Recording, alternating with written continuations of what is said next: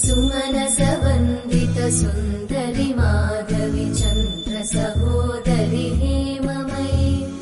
मुनिगणवन्दित मोक्षप्रदायिनि मञ्जुळभाषिणि वेदनुते पङ्कजवासिनि देव सुपूजित सद्गुणवर्षिणि शान्तियुते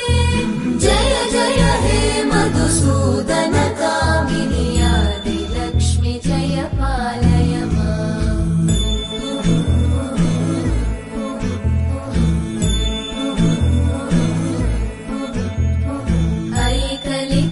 ऐकलिकल्मषनाशिनि कामिनि वैदिकरूपिणि वेदमये क्षीरसमुद्भव